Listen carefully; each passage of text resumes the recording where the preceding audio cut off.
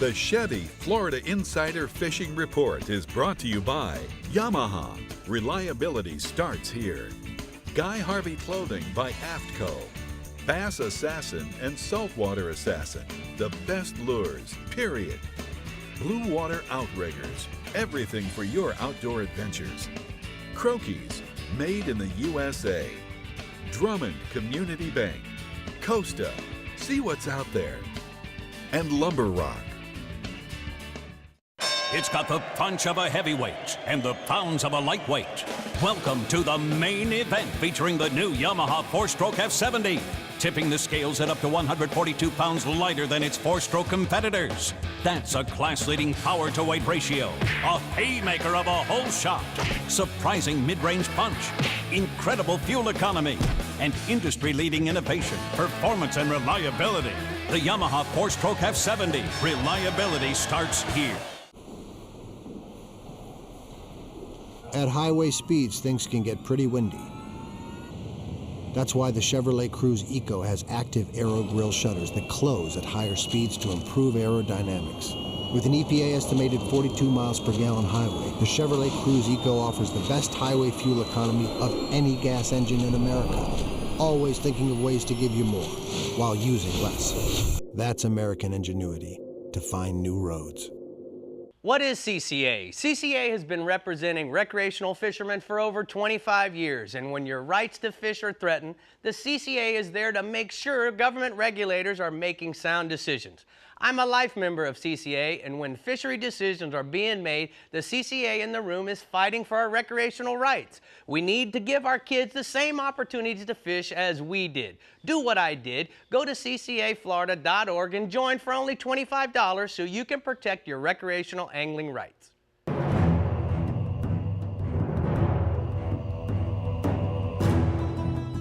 Continuing the revolution. Faster, drier, even better built. Designed around Yamaha's latest technology outboards. Still built by the same craftsmen and anglers who launched the Bay Boat Revolution. Whether chasing world records, or time on the water with the family, or anything in between, there's a new Pathfinder model for you. Pathfinder, #1 for a reason, still. Don't forget, the Chevy Florida Insider Fishing Report wants to see your photos. Head to our Facebook page and upload your best shots for your chance to be featured right here on the show. And if you'd like to be part of our audience, you can register right there as well. The Chevy Florida Insider Fishing Report is going on tour. Come out and meet Captain Rick Murphy and the gang at the Coke Zero 400 at Daytona International Speedway July 6th at the Chevy display booth. There will be fishing seminars, autographs, raffles, and lots of swag to give away. Rick's bringing it all. Man, I got stuff. I got coasters to give away. I got Bass Assassins. You're giving away coasters? Yeah, man. I got Give me everything the pink for all ones. the Give me the peeps. pink We ones. even got Chevy Florida Insider Fishing Report hats to sign. Just save me one. Okay. All right. And tonight, our chef Bob Stokey from Marker 88 in Isla Morada has a delicious recipe for us, and it involves some burnt fruit. I like that. That man can cook. Whoa. Hey guys, welcome back to Marker 88, Isla Morada, Florida Keys. It is summertime, and what goes better with summertime than fresh fruit, ice cold ice cream, and of course the barbecue. All right. Today we're making a dish called burnt fruits, and I know exactly what you're saying already. Burnt fruits, could that be any good? Trust me when I tell you that burnt fruit with ice cream is absolutely delicious. So you want to start off with a bunch of different kinds of fruits. I like bitter fruits and sweet fruits. I also have a little bit of pumpkin squash here, right? I've already cubed all these up. You can see you want to leave the cubes pretty big, all right? Dump those all right in there. We're also going to add some apple. Love some apple with that, right? And we want to stir all this up and get it all mixed up nice and good, right?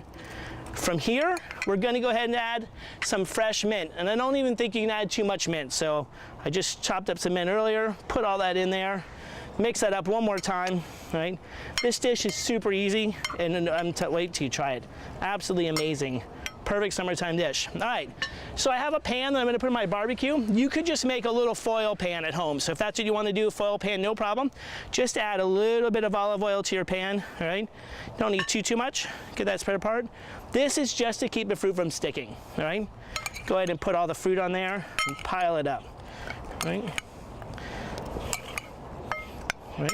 Once you get the fruit on there, what we're going to do then is add a little bit of cinnamon, okay? Just a couple pinches of cinnamon, on top, just like that. And then I have some sugar, right? I mix some white sugar in here and a little bit of coarse brown sugar. You could just use white sugar if you like, no big deal. Barbecue grill on high, right? It goes right in here. I put this one in here a few minutes ago. This is what you get when it comes out. Absolutely amazing burnt fruits, all right? Now I want to scoop some ice cream on here. Let me get that ice cream out of there, all right? Now, trust me when I tell you this is good, you have to add a little bit more olive oil right at the end, all right? Just put just a little bit of olive oil on there, just like that, all right? Let me give it one little piece of mint just to finish it off and make it all look good and professional, all right? There you go. Whoops, my mint leaf. Burnt fruits, amazing. Wait until you try this dish. That sounds pretty fruity to me. Yeah, sold. Ugh. You know what? It's a good thing we got through Russell's segment before we started talking we burnt lost fruit. Russell right then. He would have been gone. Totally gone. We did it though. All right, guys. Now let's turn to the Captain Harry's Fishing Supply Southeast region with Captain Jimbo Thomas. Jimbo, marlin are not the first thing you look for in your region, right? Not quite. Although, you know, I'm over in Bimini right now. We did go out looking for marlin today, but it was kind of the marlin fishing I'm used to. We didn't see any. All right, Jimbo, tell us how to find them. You got it. Well, you know, marlin fishing in the southeast region, it would be much more productive if we actually targeted them. Very few of us head offshore with the right tackle and rigs needed to land a blue marlin. So when one does bite, the fish usually wins the battle. Most of the marlin hooked in the region, they're encountered in the summer while offshore fishing for dolphin, and the tackle is generally on the light side to handle a 200-pound-plus blue marlin. But every now and then you do hear of someone getting lucky and catching one on lighter tackle. Now, to seriously target blue marlin, you want to head offshore to deep water and fish with 50 to 80-pound tackle and use big baits. Rigged horse ballyhoo, mackerel, and mullet, those are about the most common, and those are the favorites, as well as any of the million or so marlin lures that are on the market. Some of the more popular lures are made by Williamson, Boss, and Molecraft, and that list goes on and on. Their, you know, color and all that is only catches the fisherman, if you ask me. But regardless of the bait or lure, you want to use a heavy 250 to 300-pound monofilament leader and 10-0 to 12-0 hooks. And with baits, the best trolling speed is around 5 to 7 knots. And with lures, your best trolling speed is 7 to 10 knots. But a lot of that depends on the sea conditions. Also, a live skipjack or bonita bridled to a big circle hook, so that's a very effective marlin bait. And then there's also a number of white marlin caught in the region. Few of them are taken on trolled baits, but most of them are caught on live baits fished under the kite that are intended for sailfish. And the white marlin are usually in the 60 to 80-pound range, so our sailfish tackle typically can handle them with no problem. Now, in April, we did have a blue marlin grab one of our kite baits, but all I was able to see was his tail, and he was headed towards Cuba at about 50 miles an hour, and obviously that fish won that battle. Then staying offshore, with the calm seas that we had in the last week, there were quite a few boats making it out to the swordfish grounds and having good results with swordfish up to 250 pounds. They've been a little safe in the last few days due to all this wind, but as soon as it lays down, they should be out there and still be hungry. Now, most of the swords that I heard of, they're being caught in the daytime, deep dropping in 1,600 to 2,000 feet of water. And there's a few macho men that are using hand-winding reels in that depth, but we opt for an electric reel since it takes 10 to 15 pounds or more of weight to hit bottom out in that depth. The best baits have been squid, bonita strips, and one of my favorites, which is a big dolphin strip. We rig it with 10-0 to 12-0 hooks and a long 300-pound monofilament leader with lights attached, and we fish it close to the bottom. And then the night bite has also been good when the weather permits, in the same depth, fishing with a spread of rigged squid and live blue runners staggered at various depths from 50 to 300 feet of water. Now we're moving inshore. The catch and release snook fishing has been good in all of the inlets throughout the region. Live baits are the best bet. A pilchard, herring, or pinfish drifted along the bottom using a 50-pound fluorocarbon leader and a 5-0 circle hook has been working, as well as a bucktail jig or a jig head and soft bait combination. I've been talking to my buddy, Count Bouncer Smith. He's been tearing up the snook and government cut. He's been using live herring on a Jupiter rig. and they have been biting best on the incoming tide. And if the water is clear, they've been biting best at night. And when the water's been murky, they've been biting any time throughout the day. And he has had fish up to 20 pounds in the last week. And make sure to handle these fish gently because they are schooled up in these inlets to spawn, and we want them to be able to do their thing out there. And then staying inshore, the bone fishing on the flats of Biscayne Bay has been good first thing in the morning before the water on the top of the flats starts to get too hot. Now, we've had a lot of wind lately, so if you want to get in there bone fishing, you might want to find some sheltered water. But the same holds true with that water warming up. Captain Joe Gonzalez, he's been finding tailing bonefish on the inside flats and also the outside flats when the weather permits, from Soldier's Key south to Angelfish Creek early in the mornings on the outgoing tide. And when the water starts to warm up, he's been finding these fish on the deeper edges of the flats. They're going down and finding a little cooler water, and he's been finding them over light-colored bottom where it's a lot easier to sight fish them. And then late in the afternoon, or just after a rainstorm, with the rain will cool down the water, they've been coming back on top of the flats. He's been catching them on small crabs and crab pattern flies. All right, great report, Jimbo, from the Captain Harry's Fishing Supply region. I'm going to go ahead and take a look at the sports grill hotspots from the southeast region. Captain Jimbo says, inshore, fish live herring in any of the inlets for catch and release snook. And then offshore, break out the deep drop equipment and head offshore for swordfish. Keep an eye out for the mahis, which is the dolphin, on the trip out and in, Lauren. Okay, Rick, now let's head over to Captain Ron Houston. He's in the Southwest. What do you have for us on our theme species this week, Ron? Well, actually, the theme species is marlin aren't common in the region, but I do have to do something going on good offshore with the opening of gag grouper just opening on July 1st. Reports I've had, and we've had a lot of rain, both inshore and offshore during the week, but in between the rains, you really don't have to go real far off the coast to be catching the fish. Right now, the gag groupers are being caught anywhere from 3 to 20 miles out, but you can start concentrating right now in depths of 15 to 25 feet, trolling large lip plugs along ledges or anchoring along wrecks and ledges using live pinfish and blue runners. Now, the colors of the plugs from the guys I spoke to in the last couple days have been blue and white, black and gold, and also red and white. Now, as the weather improves, which it's supposed to towards the weekend, guys, you can still get out a little bit further to go for those groupers. And guys that I've talked to who were catching some gag groupers before the season opened, they were vertical jigging out in those depths. Also, for the live bass enthusiasts, live pinfish, blue runners, and grunts will work utilizing the same pattern as these guys have been in the last couple days, staying in closer to the weather. You can do that same thing once weather improves and get a little bit further out. But also with the weather we've been having, most captains I spoke to ain't been able to make the long run, so they've been making it simple with the gag groupers and also the Spanish mackerel. Concentrate on the Spanish mackerels early in the morning before the rains or just after the rains, anywhere from Gordon Pass to Redfish Pass. Guys are telling me right now anywhere from the beach line to 10 miles out, concentrating on wrecks, bait pods, and diving birds. You can anchor up a nearshore wreck structure to drum to bring the fish to you, or run and gun looking for the bait pods. But once you locate these fish, it's relatively simple to catch. Most guys have been telling me it's been easier using white bucktails, silver spoons, and live pilchers, obviously all with a trace of wire. You can use lip plugs or soft plastics, but it'd be tough to get these fish off. So once you get into the Spanish mackerel, use those white bucktails and silver spoons, probably the easiest way to get these fish and get them off easy. Let's go inshore, Ronnie. Inshore, like I said, and when you listen to my report this week, be careful going offshore and inshore. But the inshore, we've had a lot of rain all week, but you can get in and out of it, or fish protect the shorelines. And I believe all this rain has really got the snook bite going on real good all through the region. But right now, you can concentrate anywhere from 10,000 Islands in the Everglades National Park, concentrate on fishing early morning incoming and the late falling afternoon on the outer Gulf points. Look for cleaner water, especially where there's a lot of small baits in the areas, and also listen for popping and bait spraying along the shorelines.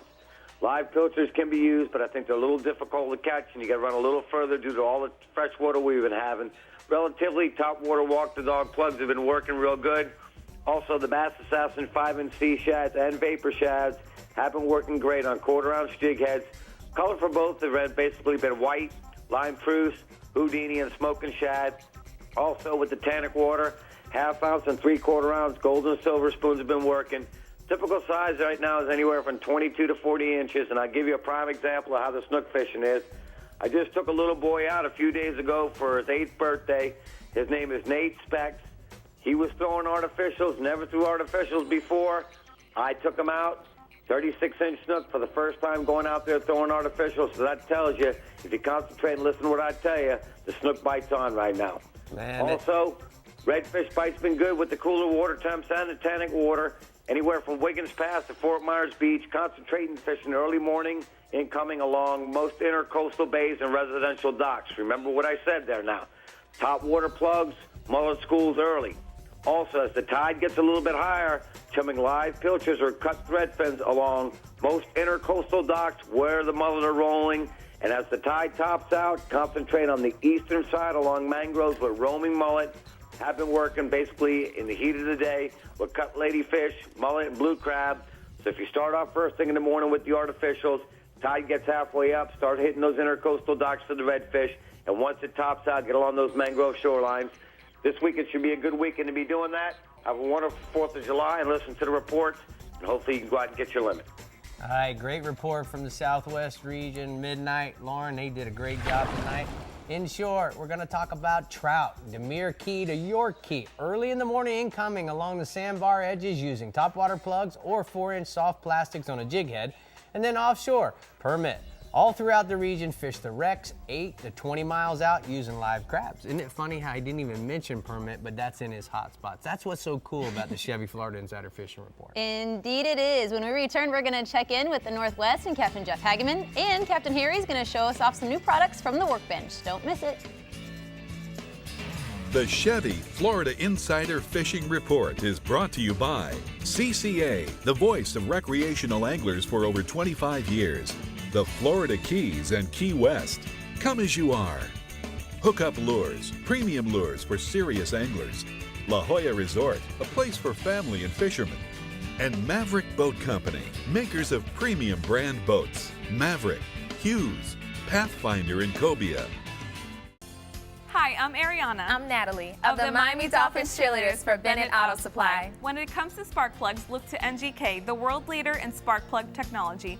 NGK makes spark plugs for virtually every automobile, motorcycle, marine, and small engine application. With NGK spark plugs, you get improved performance and increased fuel economy. So just ask your local technician for NGK spark plugs, the leader in spark plug technology, available at Bennett Auto Supply. Best parts, best prices, Bennett Auto Supply. You really couldn't come at a better time. These Chevys are moving fast. I'll take that Malibu. Yeah, excuse me. The Equinox and Atlantis Blue is mine. I was here first. It's mine. I called about that one. It's mine. Mine. Mine. Actually, it's mine. Mine. No, it's not. It's mine. Better get going. It's Chevy's Independence Day celebration. The Chevy Independence Day celebration. Now, current Chevy truck owners can trade up to this 2013 Chevy Silverado All-Star Edition with a total value of $9,000.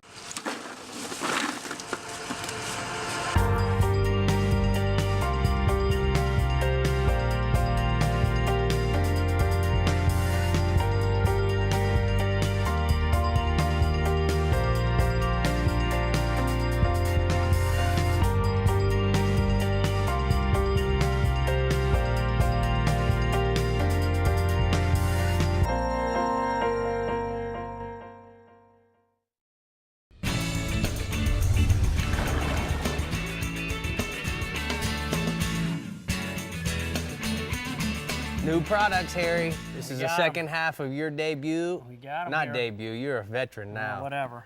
All right, this is pretty cool. This is a teaser reel.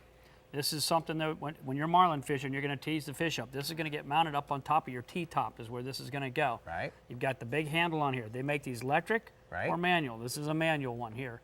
They make them in 8-inch and 10-inch wheels, so your retrieve is going to be really, really, really fast on these. Now, who makes this? This is made by Electromate. Electromate. Out of Greensboro, North Carolina. Now, don't they make electric reels They make too? electric reels also. They make a bunch of stuff for Great deep dropping company. and all that stuff Great like that. Great guy. And what you're going to do is you're going to run 300 to 500 pound mono through here, and you're going to have it up through your outrigger and straight back. Now you have a drag system on here, so when you're putting out your teaser, you're going to be letting it out.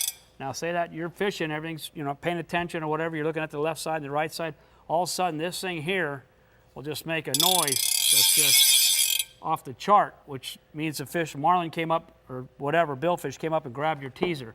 Now, you don't want to lock this down, because if you lock this down, you're going to break your rigger, you're going to rip everything out. So you got to be very careful. Now, what you have to watch out, what you want to learn to do is, when you're fishing a soft teaser, that marlin comes up and he grabs that teaser, he holds on to that soft teaser. Where a hard teaser, most likely he'll grab it, turn, he'll hold it a little bit and take drag, but he'll spit it out and you're able to get everything back. Now you want to reel this in as fast as you can. So that's why you want the big arbor. That's for much faster retrieve. Now a lot of smaller boats can't have it because of the room restriction on it, so you're going to go with the smaller stuff.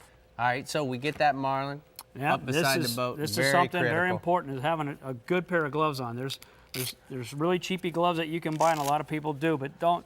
When you're going marlin fishing, you want to be able to something that's really thick, and AFTCO's got some great gloves here that can really hold up and stand. They have some that are actually even thicker than these, that when you're wrapping that stuff, or even grabbing the bill, you want something that's gonna hold up. Now I got some for Lauren during the break. I'll give her this one. You guys can. No, I want both of them. Yeah, you're gonna need them, which is really good. All right, what else we got here? These are accurate pliers. They've just came out with, I mean, just super light pliers, all aluminum, replaceable jaws, and replaceable cutter on them. Oh, nice, yep, nice. Really good deal on those. Looks like they're gonna cut. Now, Harry, this is a huge thing that's going on now with catch and release on tarpon and billfish. What is this? Is really cool. This is to measure your fish. We got these at the store now. Right. And what we're doing with these here, you're just lay this in the water, have the boat in gear, and it's like a long tail. You just lay your fish, and you're going to get accurate measurement on the fish. As you can see, it's on the numbers. You know, from 50 pound, it'll tell you everything in the measurement of the fish. And what's neat about this, now look in, zoom in here, Mike. What's neat about this is that you want to measure the girth.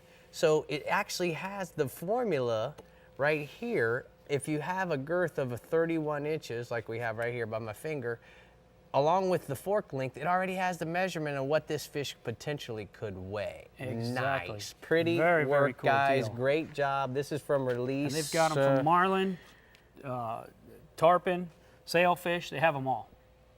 All right. If people want to find that, certainly Captain Harry's carries them. Oh, we've got all that good stuff, of course. Now, what is this? Tag. This is something. AFTCO? It's an AFTCO tag stick. And what you're going to do is you're going to take your tag, you're going to stick it on here, on the end, and you're going to tag the fish. Once you tag the fish, that fish swims off with the tag in them. You release them, you know, as nice as you possibly can. You can fill out your report. And down the line, say you caught the fish here off of Miami.